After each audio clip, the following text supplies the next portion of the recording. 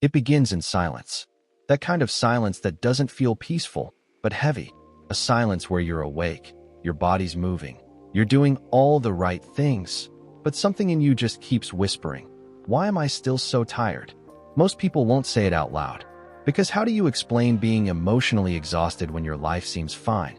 You've got food on the table, people who care, opportunities others would kill for. Maybe you're even living a version of the dream you once hoped for. So what's the problem? That question, "What's wrong with me?" eats away at so many in silence. And here's the truth we rarely hear. You can be deeply grateful and still feel deeply tired. Those things are not opposites. They're not even enemies. But we were never taught how to hold them both. There's a quiet kind of fatigue that doesn't come from lack of sleep. It comes from carrying too much for too long. From being the one who always shows up. The one who keeps smiling. The one who doesn't ask for help because they don't want to burden anyone. The one who feels guilty for feeling anything less than thankful. Maybe that's you. Maybe you've been telling yourself, "I should be happy." And maybe every time you feel overwhelmed, you try to silence that voice by listing things you're grateful for. But gratitude is not a weapon to beat yourself up with. It's not a cure for burnout. It's not a bandage to cover a wound that's never been allowed to bleed. What you're feeling is real.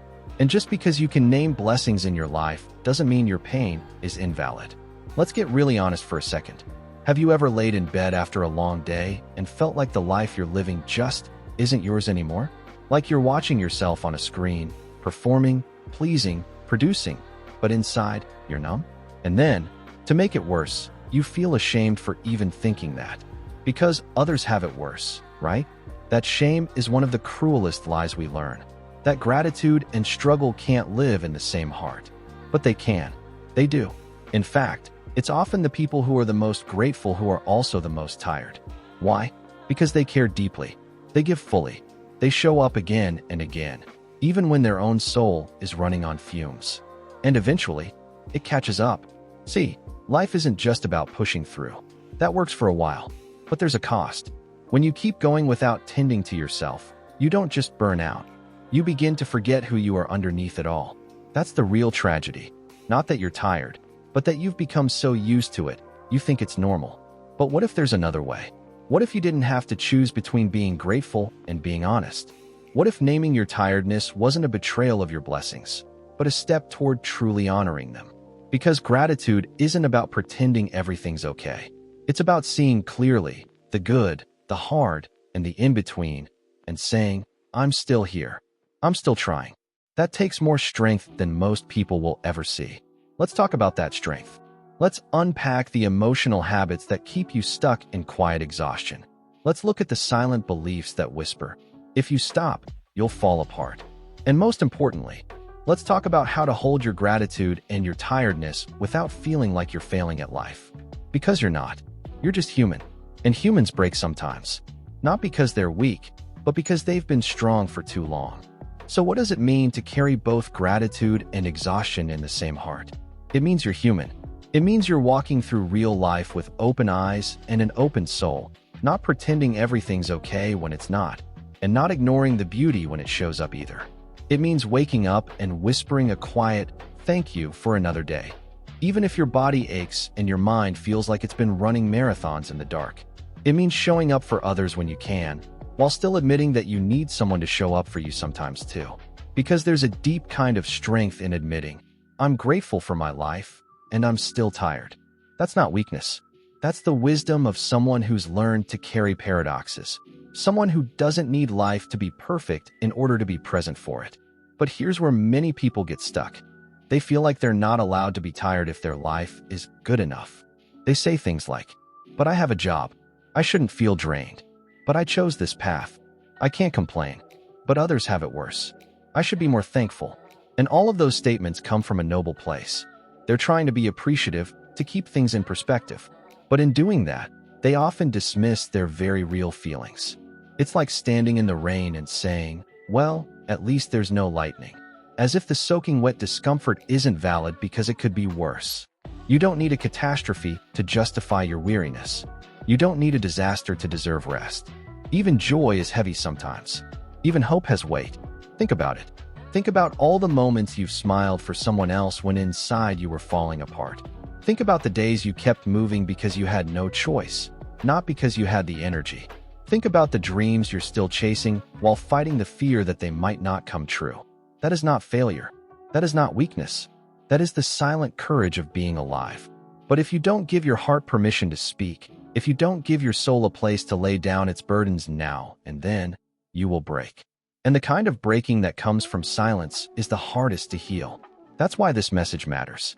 Because someone out there is holding it all in, the gratitude, the exhaustion, the confusion, the guilt, and they need to hear that they're not broken for feeling both. They're just becoming. Now, let's talk about how we move through this space. How do we hold gratitude and tiredness without letting either one drown us? It starts with changing the way we talk to ourselves. Instead of saying, "I shouldn't feel this way," try, "I feel this way, and that's okay." Instead of forcing yourself to smile through everything, ask, "What is my body trying to tell me right now?" When you feel tired, don't just push harder. Pause. Listen. There's always a message behind fatigue, physical, emotional, or spiritual. Sometimes it's telling you, you need sleep. Other times it's whispering, you need truth.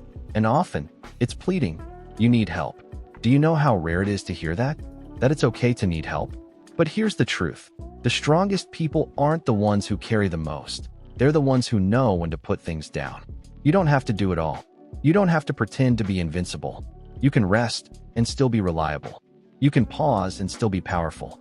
You can step back for a moment and still be on the path forward. This is not about giving up.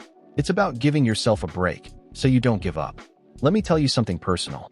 There are days when even I, the voice you're hearing, feel that tug, that invisible weight that pulls on your soul and says, "Is this worth it?" And in those moments, I don't fight the feeling anymore. I sit with it. I breathe into it. I remind myself that being tired doesn't mean I'm weak. It means I've been trying. And trying is sacred. Trying means you care. Trying means you haven't quit. Trying means you're alive. There's something deeply honorable in that. But to keep going, you have to take care of your inner world, not just your outer responsibilities.